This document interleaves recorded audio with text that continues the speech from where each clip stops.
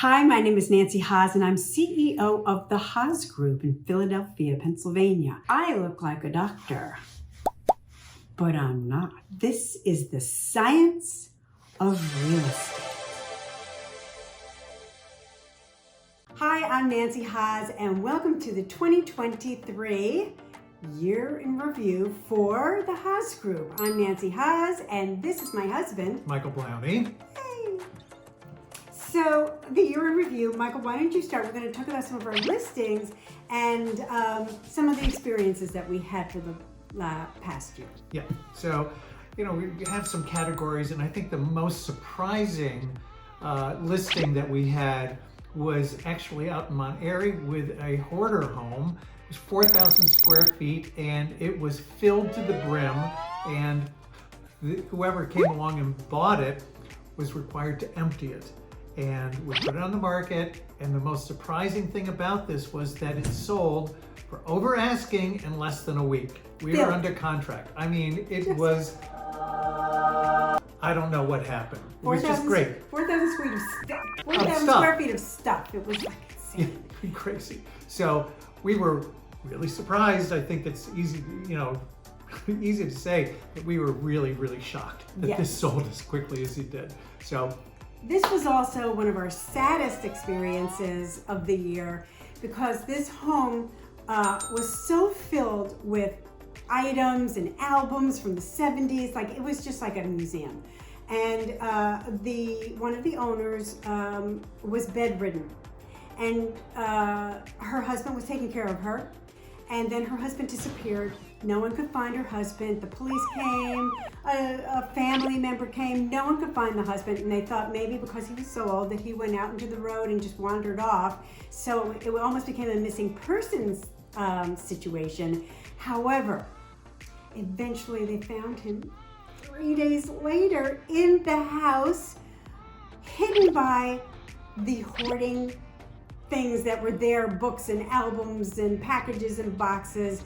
So it was really tragic, and we didn't find that out till a little bit later in the listing, but it was like, are you kidding me? Yeah.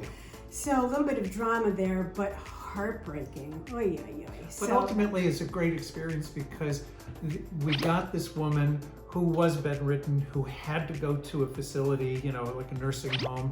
We got her more than what we expected, and we got it for her quickly. So kudos to us, and good for her that happened. It was super satisfying. Yes, it really was satisfying. Yeah. So now the most colorful house in the world. We had clients that one of them was raised in an environment in her childhood where she was surrounded by color and always dressed in amazing popping colors. So we get a call from these strangers. We don't know them, and they ask us to come see our home, and can we help sell their home for them. I think they found us on Google, probably. So Michael and I pack our bags, we go over, we're all ready to give them the listing appointment. We walk in the home, and it was like, oh, magical, beautiful serenity. Like it wasn't so much color that it was like, oh, it was just like a magazine.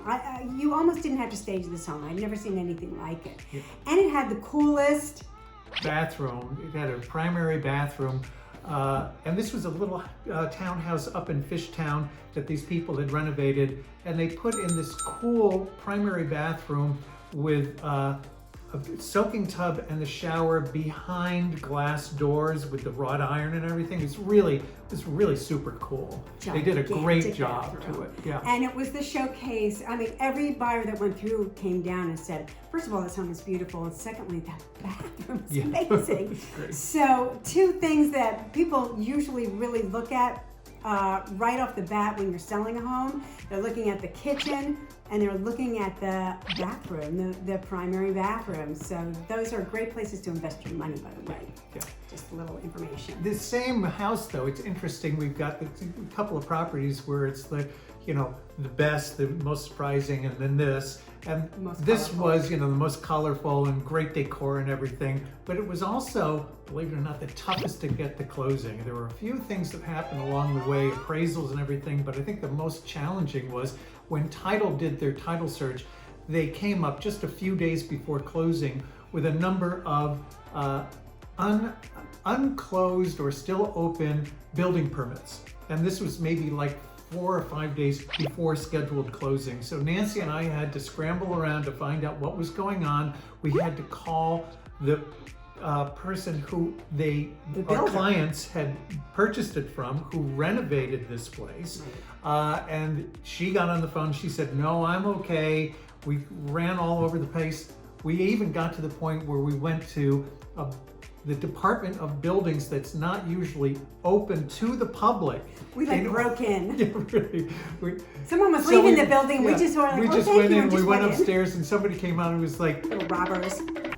What are you doing here? Who are you? And we explained what we were, and he had to give us kindly so give us a printout saying that everything had been closed, and that happened maybe, well, as far as business was concerned, about 24 hours before closing, which was great. So that was really, really a tough one, where we really had to pull out the stops and outperform ourselves. And pull out the resources. Superhero. Figuring it out. This man was Superman because he was the one that thought, let's go to the housing department. It never would have occurred to me, I have to admit it. So thank you for that. Yeah. You're my hero. Oh, well, I don't know about that. Anyway. Okay, then buyers are liars.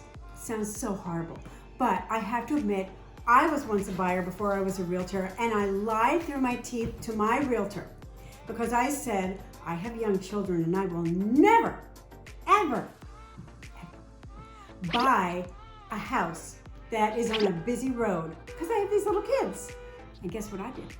I bought a house on 2 busy roads, one behind the house and one in front of the house because the house was so cool. So that's an example of me being a lying buyer. So we've also had a lot of lying buyers. And I think the ones that stand out for me are actually a couple that came from New York with kids and everything.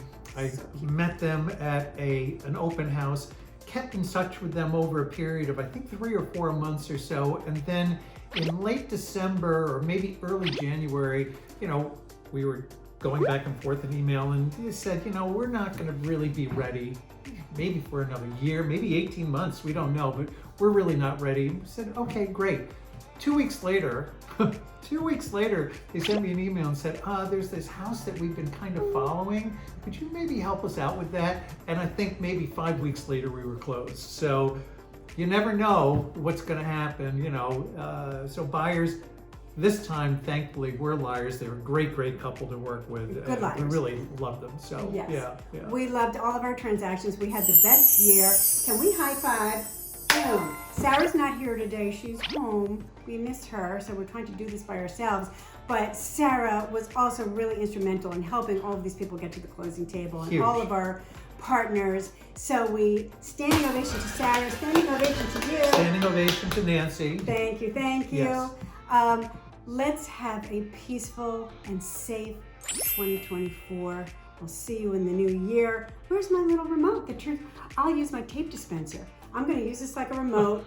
Happy and a healthy new year. That's it. Thanks.